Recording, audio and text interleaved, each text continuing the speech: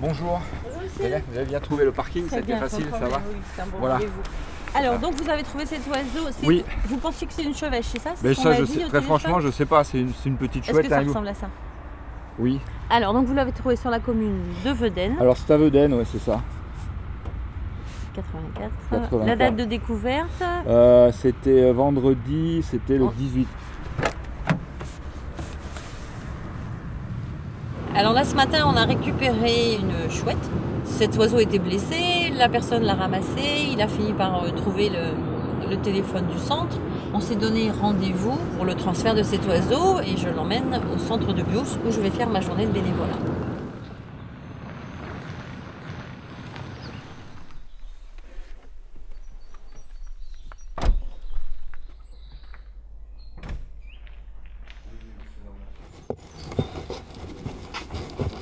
Bonjour. Bonjour Françoise. Alors Françoise nous amène une chouette chevêche d'Athéna. chevêche, oui. Apparemment. Donc qui a été trouvée à Vedène il y a 2 jours. Et elle a été trouvée au sol non volante. Donc écoute, on va voir un petit peu ce qui se passe. Les centres de soins de la LPO, pour nous, c'est essentiel parce qu'il est évident qu'on ne peut pas rester indifférent devant la souffrance des oiseaux. Au-delà, c'est tout un circuit de bénévoles qui récupèrent les animaux, d'autres qui vont les soigner. Et je pense que malheureusement, on n'a pas assez de moyens pour pouvoir gérer tous ces animaux qui nous arrivent par milliers dans les différents centres.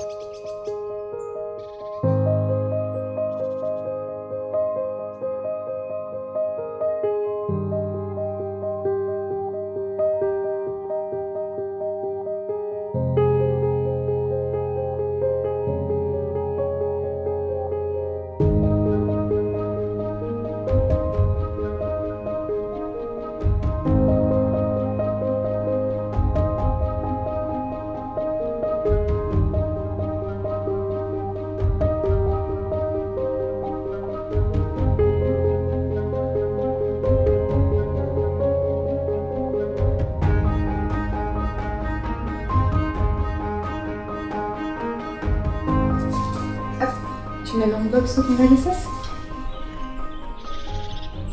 Ce que je te propose, c'est qu'on aille faire une radiographie chez le vétérinaire. Ouais, ok. Voilà, pour qu'on vérifie qu'il n'y ait pas de déplacement au niveau de la fracture. On a une chaîne de soins, donc l'animal arrive au centre de sauvegarde, il y a un premier diagnostic qui est fait, les premiers soins sont faits. Ensuite, on peut aller vers le vétérinaire justement pour avoir un diagnostic complémentaire. Oui, vers 14 h. Bon bah c'est parfait. Bon bah à tout à l'heure, merci.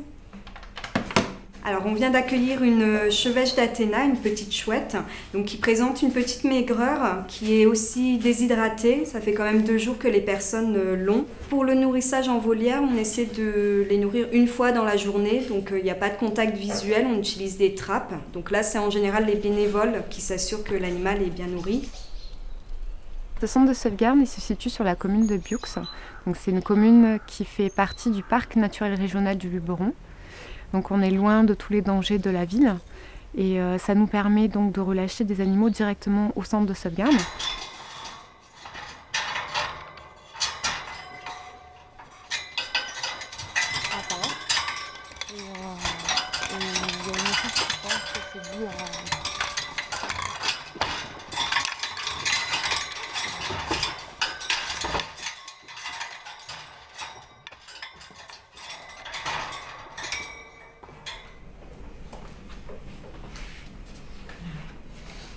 Je suis allée voir le vétérinaire. Ouais. Donc le braconnage, elle est plombée et on a du plomb à côté de la fracture. Ah oui, voilà. effectivement. Donc là, Donc, je vais signaler à l'ONCFS. D'accord, donc le plomb a vraiment causé La chasse illégale des espèces en France est parfaitement scandaleuse. Et la LPO, évidemment, a décidé d'aller jusqu'à Bruxelles pour que la France soit condamnée dans ses comportements inacceptables et qu'enfin, on fasse le minimum, c'est-à-dire respecter le droit.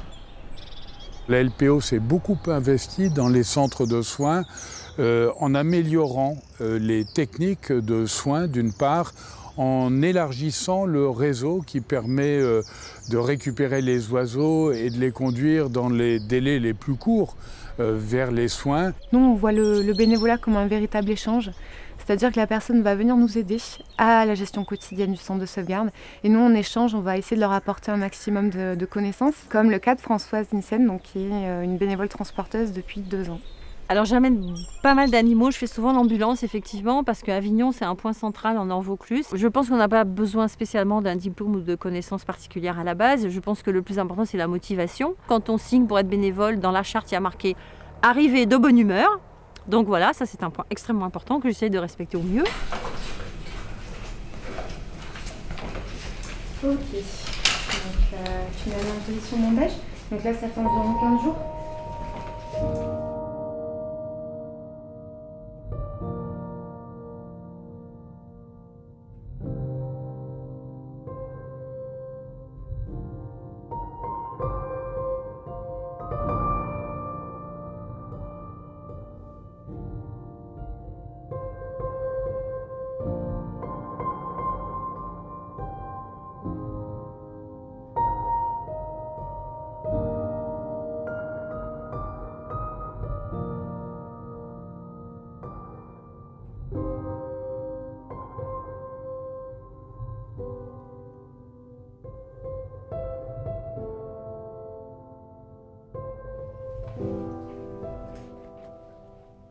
Une fois qu'elle est bien stabilisée, on va la sortir en petite volière de rééducation. Là, pour une fracture, ça va durer, et pour une chouette chevêche, environ 2 mois.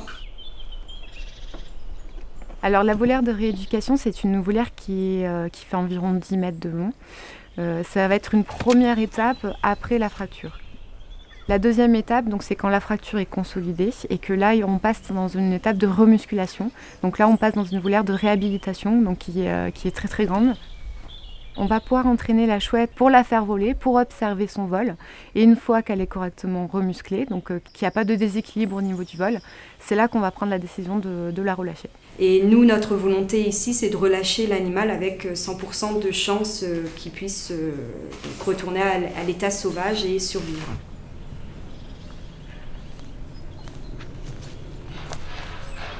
Pour la LPO, la chouette chevêche est vraiment une espèce emblématique. On l'a vu disparaître peu à peu jusqu'aux années 2000. Les populations de chouettes chevêches sont tombées de 20 à 50%.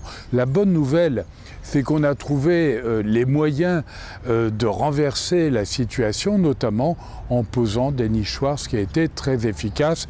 Et aujourd'hui, on voit que le déclin de la chouette chevêche finalement se stabilise, ce qui est plutôt une bonne nouvelle. Dans le cadre de mes activités, je suis amené à animer un plan régional d'action sur la chouette chevêche. Donc l'idée, c'était un peu de joindre un peu ces 2 programmes, centre de soins, plan régional d'action, et répondre à une question simple, c'est de savoir si justement les oiseaux qui étaient recueillis et soignés au centre de sauvegarde, dans quelle mesure ils étaient capables de se réacclimater à leur environnement sauvage. Alors avant de relâcher ces chouettes, on réalise un certain nombre de mesures sur les individus relâchés et puis surtout on les identifie. Donc on leur pose 2 bagues, une bague aluminium, donc ça c'est ça rentre dans le cadre du processus classique, hein. C'est des bagues qui sont distribuées par le Muséum national d'histoire naturelle, et une bague là en plastique qui contient une petite puce RFID. Donc là c'est un système qu'on a mis en place pour pouvoir détecter, contrôler les oiseaux relâchés après coup. On mesure l'aile pliée et la masse surtout.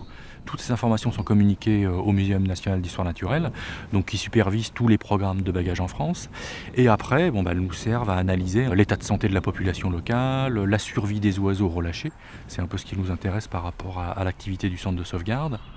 La chevêche en elle-même fait partie des espèces qui bénéficient d'un plan national d'action parce que c'est vraiment un oiseau qui a suscité beaucoup d'inquiétudes par rapport à ses effectifs qui ont très fortement chuté à partir des années 60-70 en France et en Europe.